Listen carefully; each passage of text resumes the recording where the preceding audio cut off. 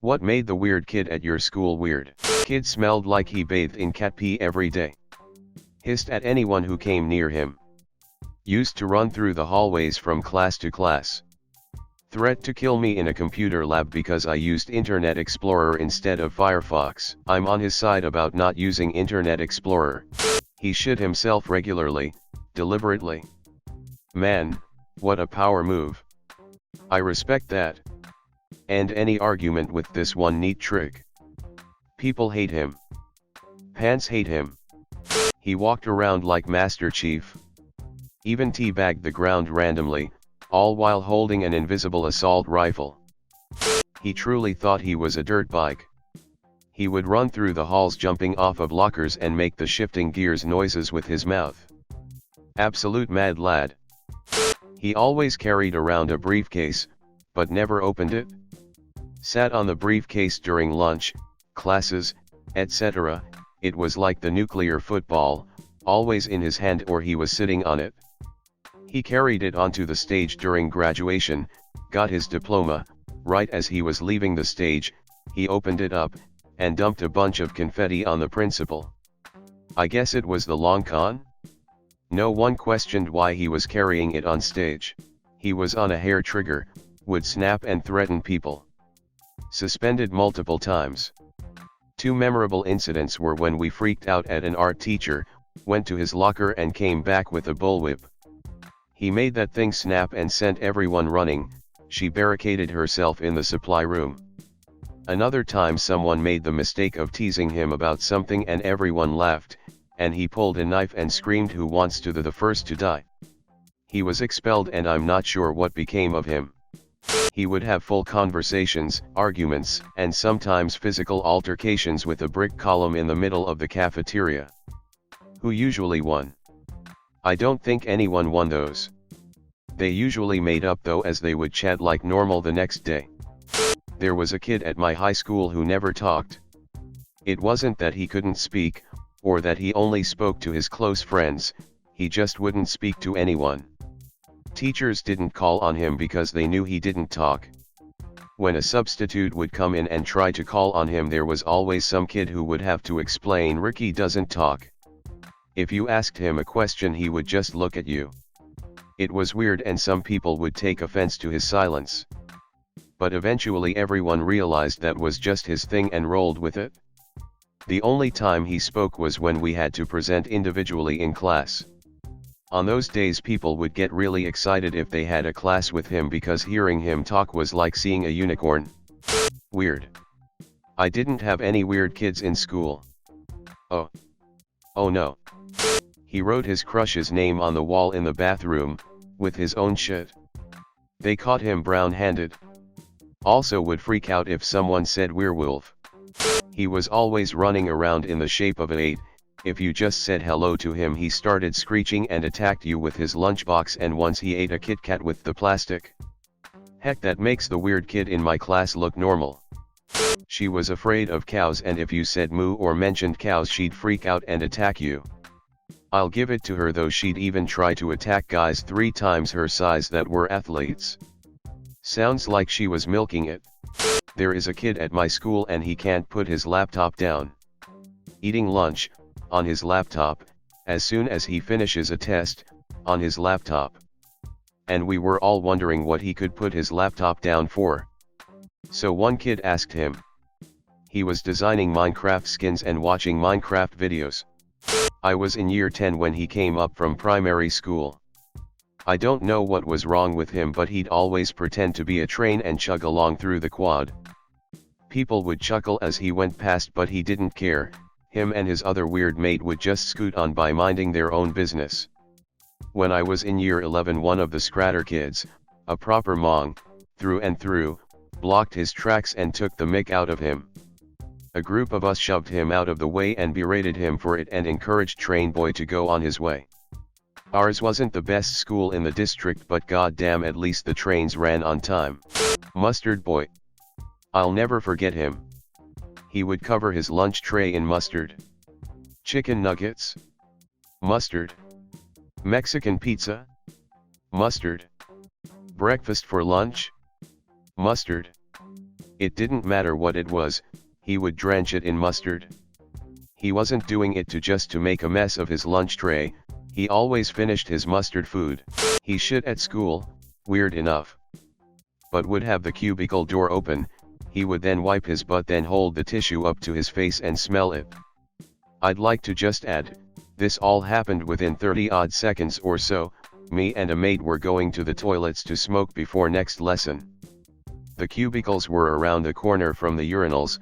When we turned the corner, lad who shall not be named, who might I add had no known learning disabilities or mental issues, wiped his bottom, then sniffed the toilet paper that he'd just used to wipe his bumhole. True story. I don't condone being a pervert, however yes, I'm a bit weird, but in no way went into the toilets to see a pee-pee or some guy sniff his poo. Gosh, where do I begin? He was weird but more creepy. He wore a kilt to school, rumors say with no underwear, on multiple occasions.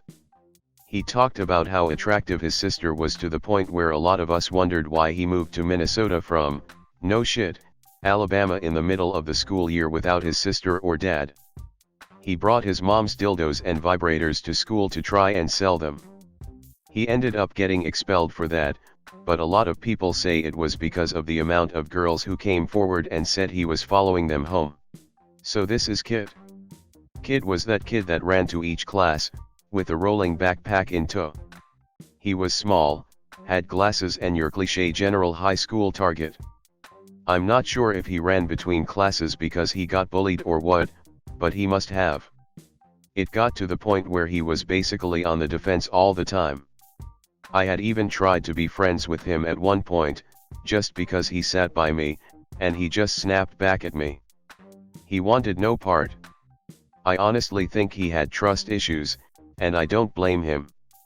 Because he would react, it kind of made him more of a target. I had seen him multiple times where someone stepped in front of him or heckled him as he rushed along, kicked over the backpack, etc. It actually just sucked to see. You would stand up or say stop it, and it would just continue, and he almost seemed embarrassed that you did something about it for him. So anyway, senior year, we have a speech going to be made by the valedictorian, and then the school votes on someone to make a speech. Someone started telling people to vote for Kid, as some fucked up joke. Kid won. I specifically remember my English teacher sitting us down and talking to the entire class. I think probably all the teachers went as a unified force in defense of him.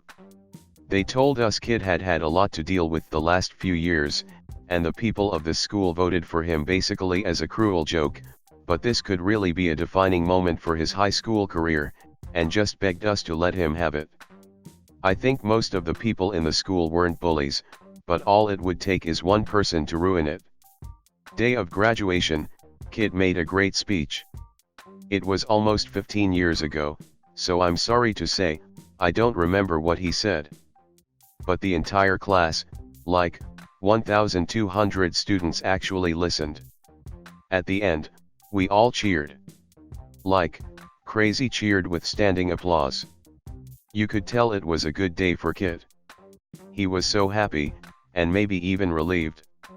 Here's a kid who had been bullied for years, and is being cheered and supported by a crowd of 1,200 plus of his peers.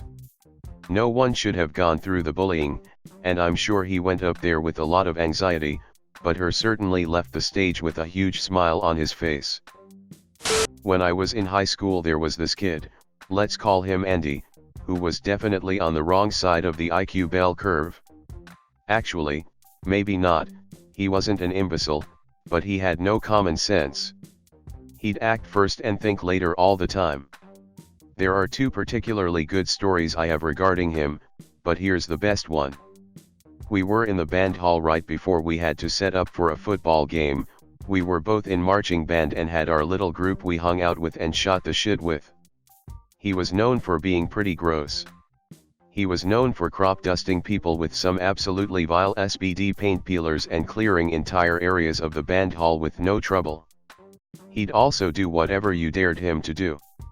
One time, after our group's tradition of eating some hot and spicy burritos at this awesome Mexican place right before the football game, he did the unthinkable. When we got back to the band hall, I dared him to shit his pants in the middle of the band hall. Without hesitation, he squats down and his face turned red. You could see his forehead and jugular veins bulging. All of a sudden, he went white as a ghost. He started off toward the bathroom, leaving a trail of kibbles and bit-sized poo on the way. Of course, being the 15 to 17-year-olds that we were, we all died laughing. Laughed so hard our abs hurt after. So, being that I was the one who dared him, I went to the bathroom and made sure he was okay. I was still laughing and he was still in shock, but he was doing okay and just going to have to freeball later. I asked him if he needed anything and he said nah. I started to walk back to my cackling friends, and before I could walk out of the bathroom I hear, actually, hang on, I do need something, I need about tree fitty. Well, it was about this time that I realized that Andy was no friend of mine but a 200-story tall crustacean from the Mesozoic era. Damn it, Nessie, I ain't giving you no tree fitty, I proclaimed as he fled the bathroom and scurried off into the distance. I was obviously shocked at the whole affair, and my friends could hardly believe it after I told them what I'd seen. We all just kind of kept quiet about it the rest of the night through the football game, and no one ever spoke of Andy again.